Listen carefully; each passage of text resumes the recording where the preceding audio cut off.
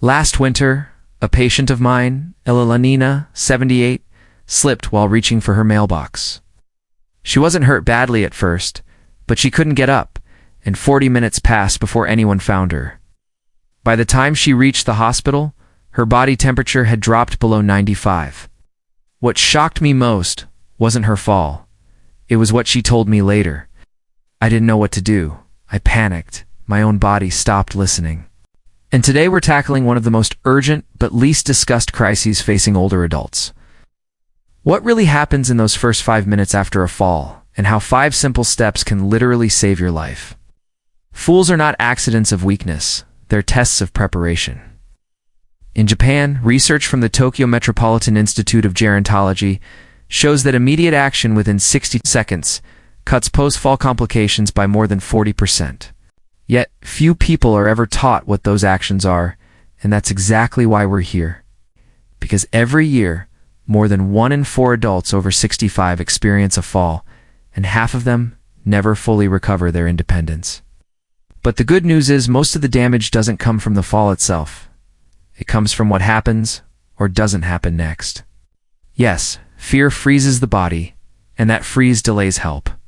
Today, we'll walk you through 5 movements and mental resets that keep blood flow steady, to protect vital organs, and help you summon strength even when you think you can't. No fancy equipment, no gym, just biology used wisely. So, if you live alone or care for someone who does, stay with us. By the end of this conversation, you'll know the simple body mechanics, breathing patterns, and positioning strategies that emergency responders wish every senior practiced before they ever needed them. We're not just talking about survival, we're talking about confidence.com and the power to help yourself when seconds matter most. Dr. Hinahara. Let's start with something most people don't realize. When someone falls, it's not always the impact that does the most harm, it's the body's reaction after the fall. I've seen patients describe it like time slowing down, their mind awake, but their limbs refusing to move. Why does that freeze happen? Because the body in that moment believes it's protecting you. When you hit the ground, your nervous system triggers a primitive reflex, the same one animals use when they're injured. Heart rate slows, blood pressure drops, and the muscles go rigid. It's called tonic immobility. It's nature's version of a pause button. But in older adults, that pause can be dangerous, because it can trap you in a position where blood flow to the brain or limbs becomes restricted. That explains why so many people say they felt dizzy or weak even after a short fall. So what's happening physiologically in those moments? The combination of shock, adrenaline, and sudden blood pressure changes confuses the brain's balance centers. The vestibular system, the inner ear's balance organ, sends signals that don't match what your eyes see. The brain hesitates, trying to reconcile the chaos. In youth, that recalibration takes seconds, but after 60, it can take minutes. In those minutes, panic often sets in. That's the critical point right there, panic. Because once fear takes over, breathing shortens, oxygen drops, and your muscles tighten even more. It's like the body turns into a locked door with no key. I've had patients say, I knew what to do, but I couldn't move. Exactly, and that's why the first life-saving step isn't movement, it's breath. Slow, deliberate breathing is what restarts communication between your brain and muscles. A 2022 study in the Journal of Geriatric Emergency Medicine found that seniors who practiced diaphragmatic breathing after simulated falls regained muscle coordination up to 40% faster than those who didn't. The breath brings oxygen and control back online, and that's the foundation for every step that follows. So before even thinking about getting up, focus on regaining control of your breathing and awareness.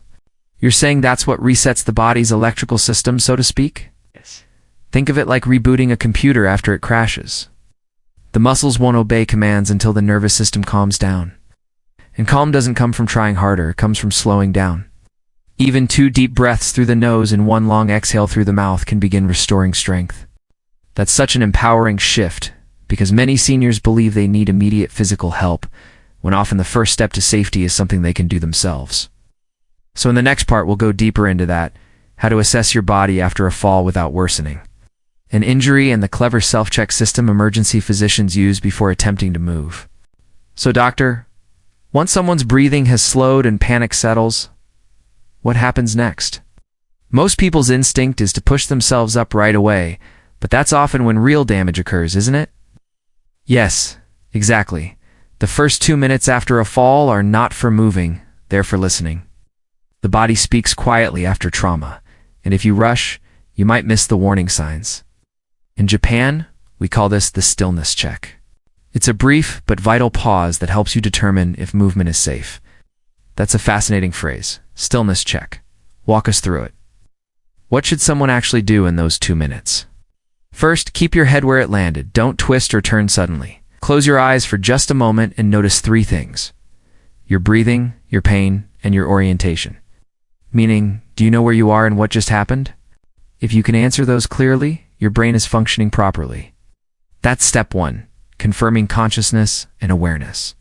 And what if someone feels disoriented or dizzy during that check? That's your signal to stay down and stay calm. Dizziness often points to inner ear disruption or sudden blood pressure loss.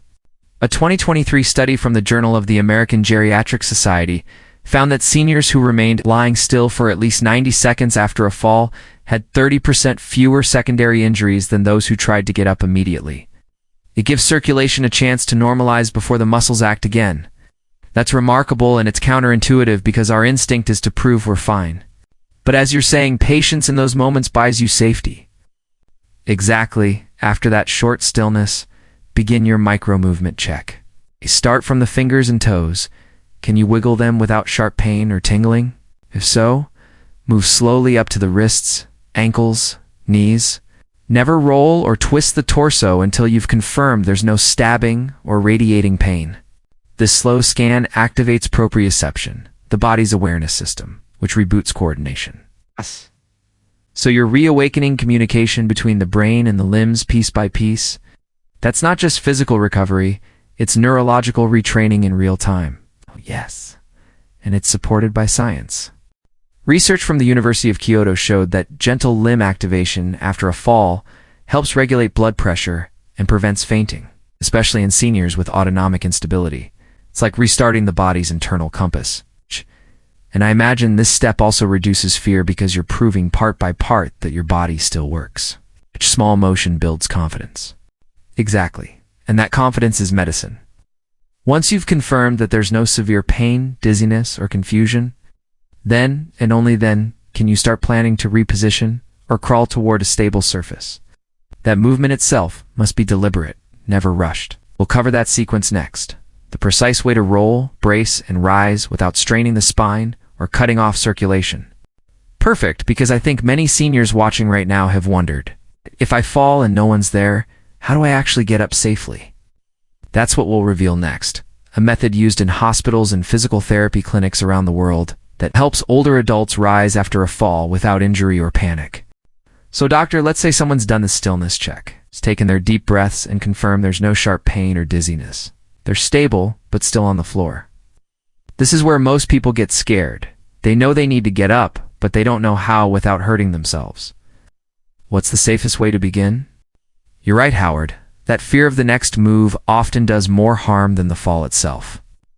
The body tenses up, and the person tries to rise too quickly, twisting the spine or overloading a weak joint. The correct method is calm, controlled, and supported by decades of physical therapy research. We call it the roll and rise method. That sounds like something every senior should memorize. Walk us through it. First, bend one knee slowly and roll onto your side, the side that feels least painful. Use your arm to support your head as you do this. Once you're on your side, pause, take another breath, and make sure the room isn't spinning. This simple pause stabilizes blood flow before you continue. I like that you're emphasizing the pauses. It's not a race, it's a rhythm. Exactly. Next, bring your upper body forward, so you're resting on your elbow and forearm. Then push gently until both hands are flat on the ground. From there, move one leg forward so you're on all fours, hands and knees. This position is powerful because it evenly distributes body weight and minimizes strain on the spine. It's the same technique rehabilitation specialists use for full recovery training. That's interesting because it sounds almost primal, like how children learn to crawl before they walk. And that's no coincidence. It's one of the body's safest, most stable patterns. Once you're on all fours, crawl slowly toward a sturdy piece of furniture. Chair, bed, or couch works best. Place your hands on the seat or edge and bring your strongest leg forward, foot flat on the ground. Keep breathing steadily, and using both your arms and your front leg, push up gently until you're in a half-kneeling position. So you're never jerking upward or twisting, you're transferring weight gradually from floor to support. Exactly, and here's something many people don't realize. Your vision plays a role. Keep your eyes focused on the horizon, not the floor. It stabilizes the vestibular system and helps your brain coordinate balance. Once upright, stay holding the support for a few seconds before taking any steps. This gives your blood pressure time to normalize. It's such a simple but intelligent system. Breathe, roll, crawl, rise.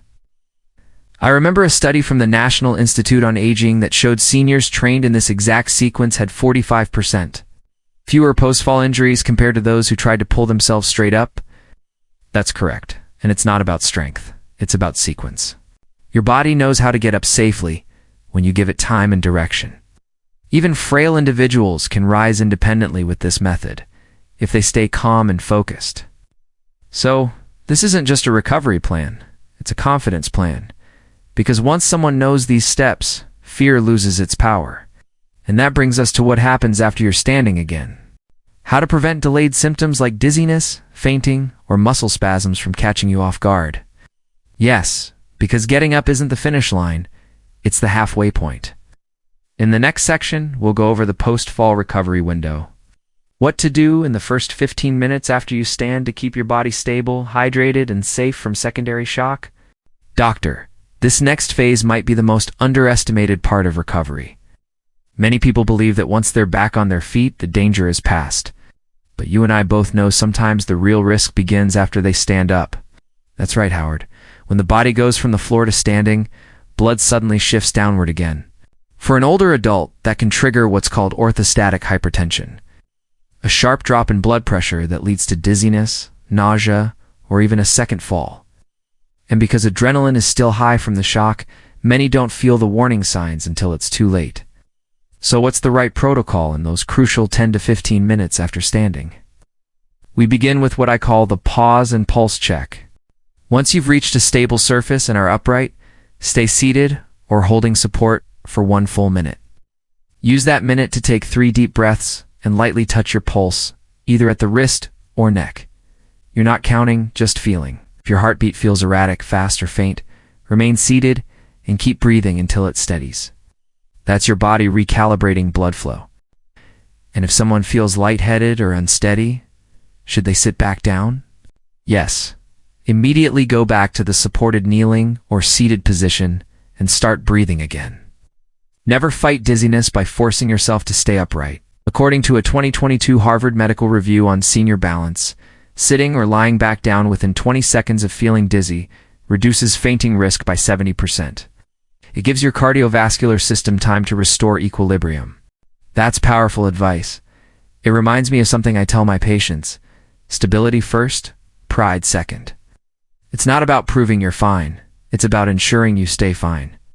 Exactly, and the next step is hydration. Fall, especially one that lasts several minutes on the ground, often leads to mild dehydration because stress hormones pull water into the muscles and away from circulation. Drink a small glass of water, just a few sips at a time.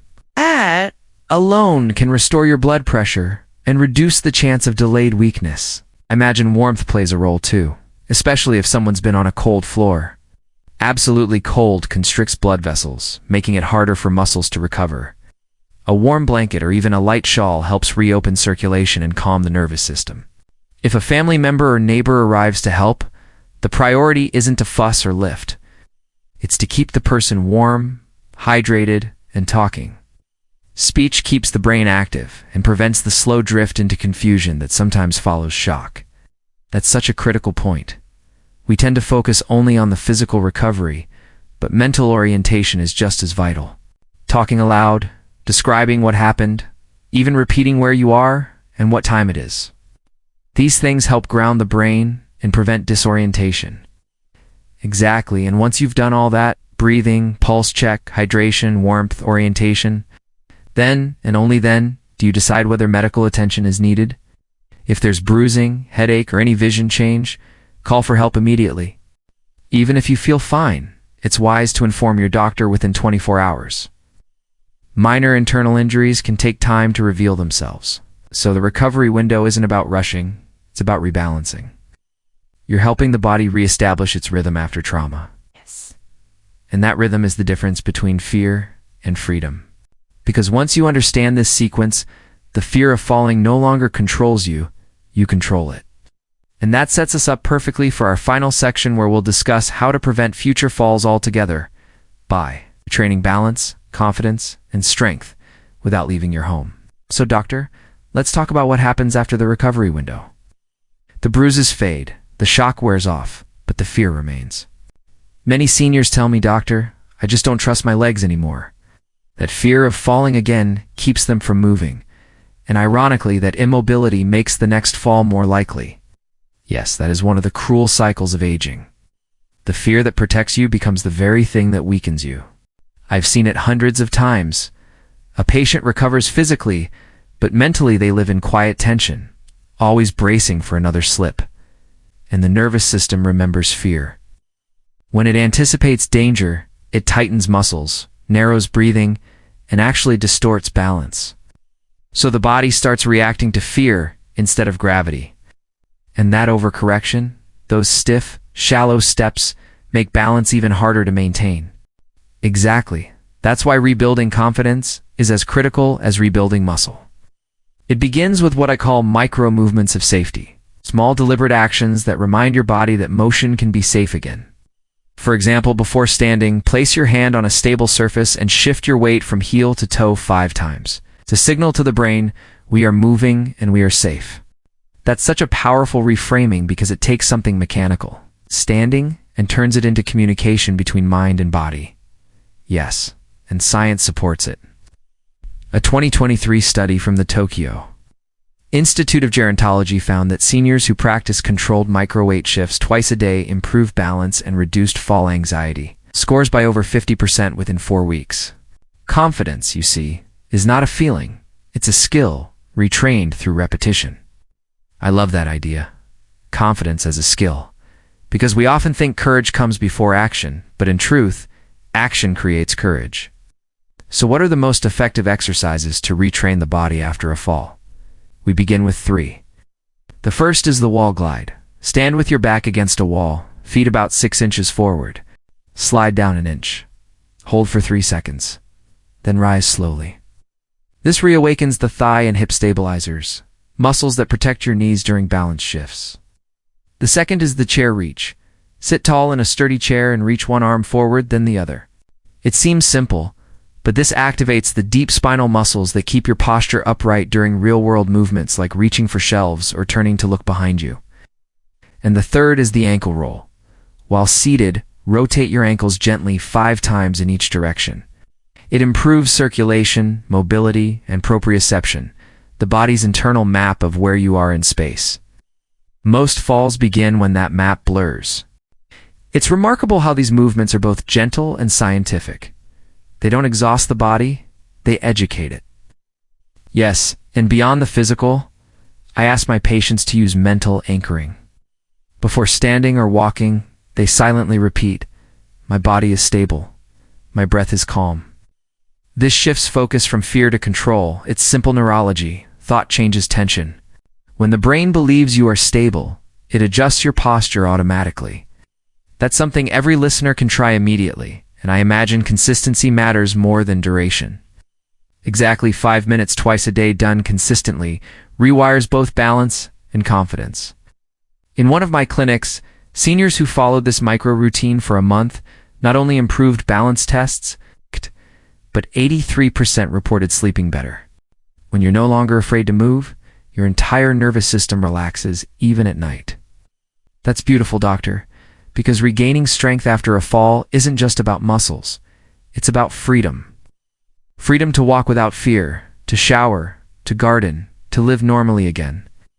Yes, Howard, and I often tell my patients this. You are not fragile, you are adaptable. Aging doesn't erase resilience. It only asks that you practice it intentionally. Each small movement, each time you breathe before you rise, is a declaration that your body still belongs to you. Doctor. I think what today's episode revealed most clearly is this. Aging doesn't take away our ability to rise. It just asks that we rise differently. And that's a powerful realization for anyone over 60. Because once you understand the rhythm of recovery, breathing, assessing, moving, balancing, you stop fearing the floor. It becomes just another surface you can return from. That's true, Howard. And I would add this. Falling is not failure.